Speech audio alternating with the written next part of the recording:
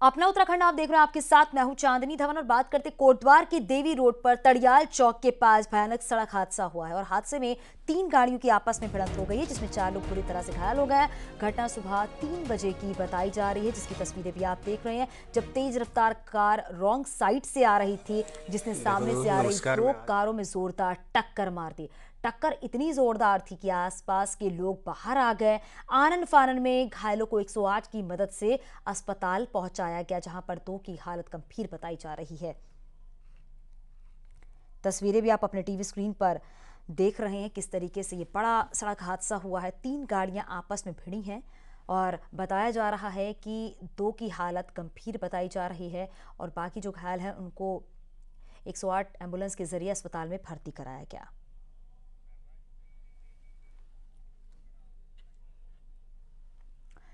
देहरादून से खबर मिल रही है, जहां पर वित्त विभाग के आदेशों की धज्जियां उड़ाई जा रही हैं। दरअसल निर्धारित मानदेय से ज्यादा सैलरी संविदा कर्मी ले रहे हैं। नियम के खिलाफ मन माफिक सैलरी कई विभाग दे रहे हैं। उद्यान, यूपीसीएल, आईटीडीए, महिला सशक्तिकरण के साथ करीब 10 विभागों में अधिक वेतन दिया जा रहा है। वहीं पर 3 विभाग स्वीकृत मानदेय से भी कम सैलरी दे रहे हैं।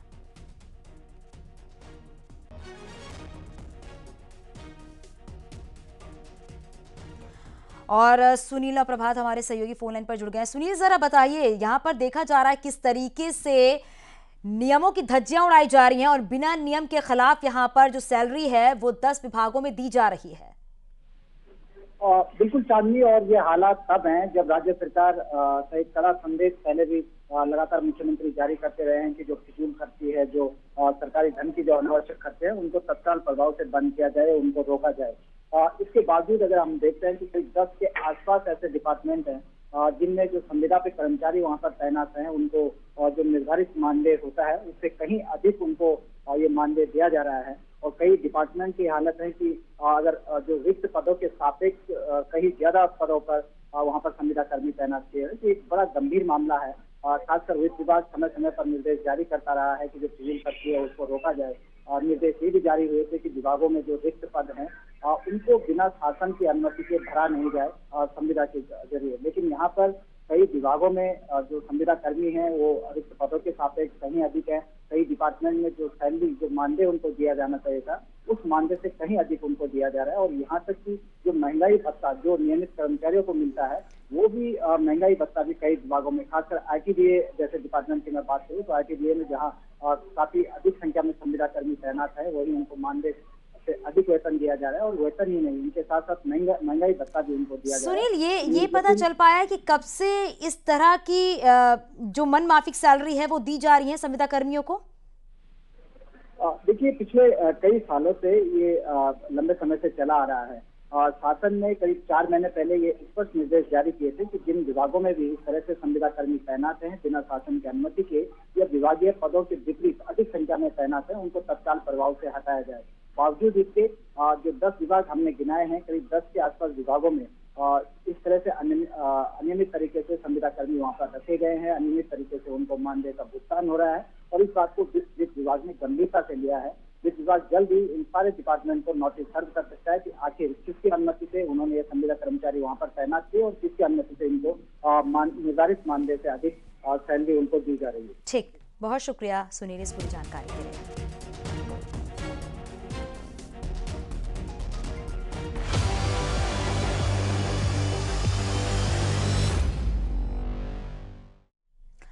देहरादून में 8 और 9 दिसंबर को इन्वेस्टर्स समिट होना है। सीएम पुष्कर सिंह धामी एफआरआई पहुंचे हुए हैं और जहां सीएम समिट की तैयारियों का जायजा ले रहे हैं, वहीं साथ ही बताया जा रहा है ग्लोबल इन्वेस्टर्स समिट में आने वाले निवेशक उत्तराखंड सरकार की योजनाओं और पहाड़ की संस्कृति से प्रभावित हो सकें, जिसको लेकर तैयारियां जोर शोर से चल रही हैं। एफआरआई कैंपस को 4 जोन में बांटा गया है, जिसमें प्लेटिनम से लेकर गोल्ड कैटेगरी भी शामिल है। तो देहरादून की बात करें अगर, तो आपको बताते चले कि इन्वेस्टर समिट को लेकर तैयारियां जोरों पर हैं और प्रदेश में रोजगार के अवसर खुलेंगे, क्योंकि बताया जा रहा है कि जिस तरीके से सीएम पुष्कर सिंह धामी लंदन भी पहुंचे हुए, दुबई भी गए हुए थे, तो 2.5 लाख करोड़ का जो एमओयू साइन हुआ है, इससे अब ये कहा जा रहा है कि रोजगार के अवसर जो हैं वो अब आगे प्रशस्त होंगे। और क्योंकि प्रधानमंत्री नरेंद्र मोदी 8 दिसंबर को इन्वेस्टर समिट में पहुंचेंगे, शुभारंभ करेंगे।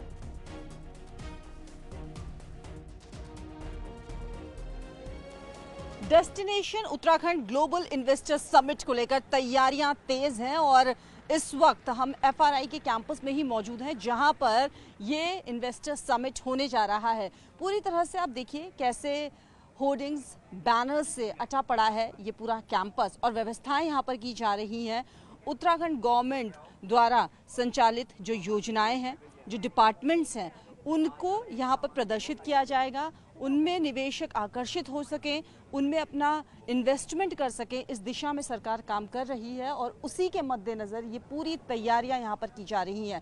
फिलहाल अब जब बहुत कम दिन बचे हैं, 8 तारीख को समिट की शुरुआत होने जा रही है। प्रधानमंत्री नरेंद्र मोदी इस समिट का उद्घाटन करने के लिए आ रहे हैं, तो तैयारियां तेज हैं। फिलहाल ज़्यादातर अधिकारियों ने यहीं पर अपनी व्यवस्थाओं को देखने का जिम्मा संभाला हुआ है, चाहे टूरिज्म डिपार्टमेंट की बात कर ली जाए या फिर ट्रांसपोर्टेशन डिपार्टमेंट की।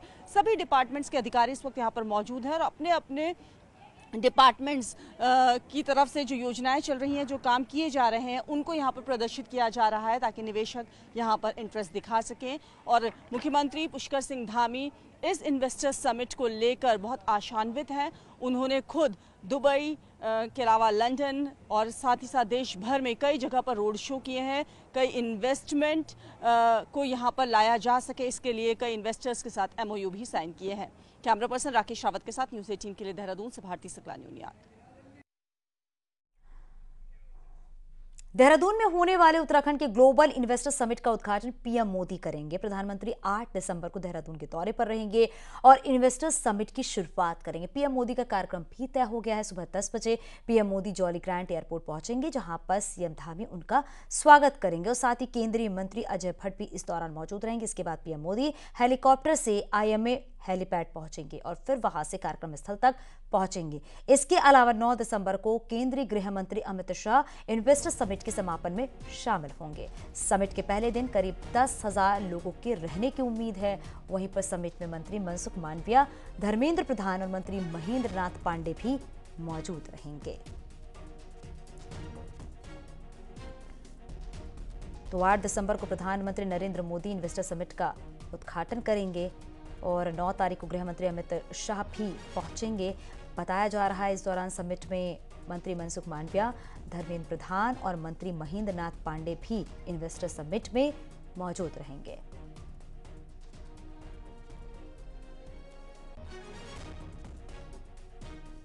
तो इन्वेस्टर समिट का उद्घाटन PM मोदी करेंगे। 8 और 9 को इन्वेस्टर समिट होना है, उसकी तैयारियां लगातार चल रही हैं। सुनील और प्रभात हमारे सहयोगी हमारे साथ जुड़ गए हैं। सुनील, जरा बताइए, क्योंकि 8 और 9 दिसंबर बेहद ही खास है उत्तराखंड के लिए, क्योंकि इन्वेस्टर समिट में देखा जा रहा है PM मोदी इसका उद्घाटन तो करेंगे ही करेंगे, लेकिन 2.5 लाख करोड़ का जो निवेश आने वाला है, उससे सबसे अच्छी बात तो यह है कि रोजगार के मार्ग आगे और प्रशस्त होंगे। बिल्कुल चांदनी, और खुद मुख्यमंत्री पुष्कर सिंह धामी भी ये बात कहते हैं कि जो ये ग्लोबल इन्वेस्टर समिट यहाँ पर होने जा रहा है, ये राज्य के लिए, राज्य के भविष्य के लिए बेहद महत्वपूर्ण है। मुख्यमंत्री का कहना है कि जहाँ उत्तराखंड में इस समिट के जरिए बड़े औद्योगिक घराने यहाँ पर आएंगे, उद्योग यहाँ पर आएंगे, राज्य की इकोनॉमी बढ़ेगी और राज्य में जो रोजगार है वो रोजगार के अवसर बढ़ेंगे। इसे एक बड़े मौके के तौर पर उत्तराखंड के लिए देखा जा रहा है। आप देख सकते हैं, मैं भी आयोजन स्थल पर हूँ, मुख्यमंत्री पुष्कर सिंह धामी भी यहाँ पर मौजूद हैं। वो तैयारियों का यहाँ पर लगातार जायजा ले रहे हैं। हर रोज करीब मुख्यमंत्री यहाँ पर दिन में 1 से 2 बार FRI पहुंचते हैं, जहाँ पर यह आयोजन स्थल है, और एक एक चीज का यहाँ पर बारीकी से निरीक्षण करते हैं। इसी रूम में अभी मुख्यमंत्री अधिकारियों के साथ बातचीत कर रहे हैं, उनके साथ समीक्षा की जा रही है कि किस तरह से इस बड़े आयोजन को सफल बनाया जाए। इसमें खासकर चांदनी, अभी तक जो सरकार का था कि 2.5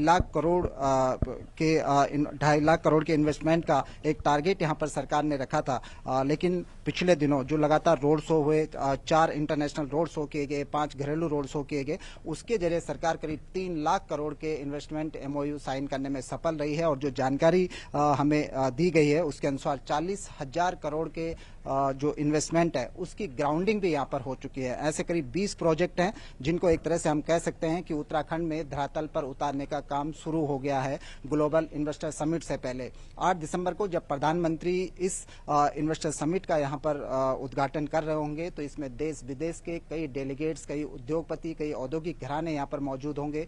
करीब 15 देशों के राजदूत इसमें शामिल होंगे। तो देश के नामी गिरामी उद्योगपति भी इस इन्वेस्टर समिट में यहाँ पर शामिल होने वाले हैं। इसीलिए इसकी भव्य तरीके से यहाँ पर तैयारी की जा रही है। करीब 12 IAS ऑफिसर, 20-50 से अधिक PCS अफसरों को यहाँ पर अलग अलग जिम्मेदारी सौंपी गई है ताकि किसी भी तरह की कोई कमी इस ग्लोबल इन्वेस्टर समिट के दौरान न रहे। जी बिल्कुल सुनील, और वाकई तैयारियां जो हैं वो जोरों पर चल रही है। इससे समझा जा सकता है कि वो दिन कितना खास रहने वाला है। शुक्रिया इस पूरी जानकारी के लिए। इन्वेस्टर समिट को लेकर उत्तराखंड से बीजेपी सांसद तीरथ सिंह रावत का कहना है कि पीएम के नेतृत्व में उत्तराखंड आगे बढ़ रहा है और साथ ही कहा जा रहा है कि अटल जी ने उत्तराखंड का निर्माण किया था, वहीं अब मोदी जी उत्तराखंड का विकास कर रहे हैं। इस इन्वेस्टर समिट से प्रदेश में रोजगार पैदा होंगे, विकास होगा और पलायन रुकेगा। बहुत लाभ मिलेगा और बहुत फायदा होंगे। आम नौजवान को रोजगार के भी अवसर प्राप्त होंगे और जो इन्वेस्टर आएंगे उनको भी आज सड़क चौड़ी हो गई हैं, बड़े बड़े हैवी वाहन जा सकते हैं, रेलवे कनेक्टिविटी आने वाले समय और ज़्यादा उद्यम ऊपर तक, पहाड़ तक भी जाएंगे। इस प्रकार की सुविधाएं प्रधानमंत्री मोदी जी ने उपलब्ध कराई हैं। तो स्वाभाविक है कि वहाँ जो हम पलायन की बात करते हैं वो पलायन भी रुकेगा क्योंकि वहाँ पर रोजगार नौजवानों को मिलेगा। प्रदेश में होने वाले 8 और 9 तारीख को होने जा रहे इन्वेस्टर समिट का क्षेत्रीय दल यूकेडी भी समर्थन कर रहा है। यूकेडी की तरफ से प्रेस कॉन्फ्रेंस की गई और पीएम नरेंद्र मोदी का उत्तराखंड में आने पर स्वागत करने की बात कही गई।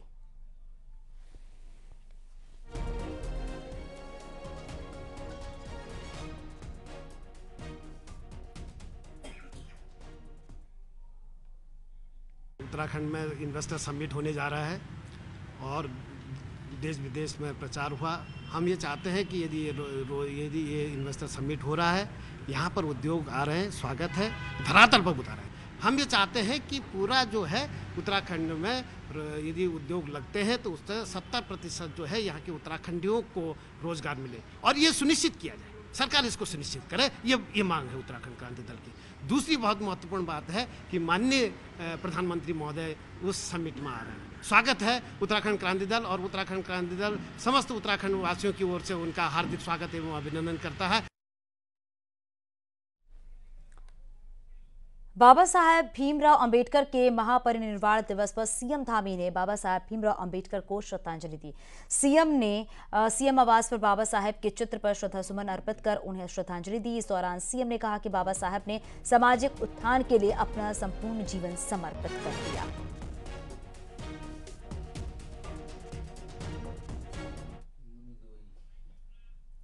देहरादून में होमगार्ड्स और नागरिक सुरक्षा स्थापना दिवस के अवसर पर कार्यक्रम का आयोजन किया गया, जिसमें सीएम पुष्कर सिंह धामी बतौर मुख्य अतिथि कार्यक्रम में शामिल हुए। वहीं सीएम धामी ने रैतिक परेड की सलामी भी ली है। सीएम धामी ने जवानों को सम्मानित करते हुए कई घोषणाएं भी की हैं, जिसमें सेना की तर्ज पर होमगार्ड के लिए CSD कैंटीन की सुविधा शुरू की जाएगी और इसके लिए विशेष कार्ड जो है वो बनवाए जाएंगे। होमगार्ड के पदों पर जल्द ही 320 नई भर्तियों की तैयारी है और इसके साथ ही होमगार्ड को प्रशिक्षण के लिए प्रेमनगर में फायरिंग रेंज बनाया जाएगा और बड़ी संख्या में मोटरसाइकिल की खरीद की जाएगी। वहीं उच्च हिमालयी क्षेत्रों में ड्यूटी पर प्रोत्साहन राशि दी जाएगी और रेस्क्यू सेंटर और हॉस्टल का निर्माण किया जाएगा। होमगार्ड विभाग में शस्त्र प्रशिक्षण प्रदान किए जाने हेतु इंडोर फायरिंग रेंज, जिसके बारे में अभी कमांडेंट जनरल ने यहाँ पर हमारे सामने बात रखी थी कि प्रेमनगर में विभागीय भूमि पर निर्माण किए जाने की मैं घोषणा करता हूँ। होमगार्ड जवानों को वर्ष भर में 12 आकस्मिक अवकाश दिए जाने की भी घोषणा करता हूँ। होमगार्ड स्वयंसेवकों की कंपनी कार्यालय, ट्रांजिट कैंप, इमरजेंसी सर्च एवं रेस्क्यू सेंटर हेतु भवन निर्माण किया जाएगा। विभागीय मोटरसाइकिल दस्ते हेतु मोटरसाइकिल भी क्रय की जाएगी। आगे भी खबरें जारी हैं, यहाँ रुकेंगे छोटे से ब्रेक के लिए, जल्द लौटते हैं।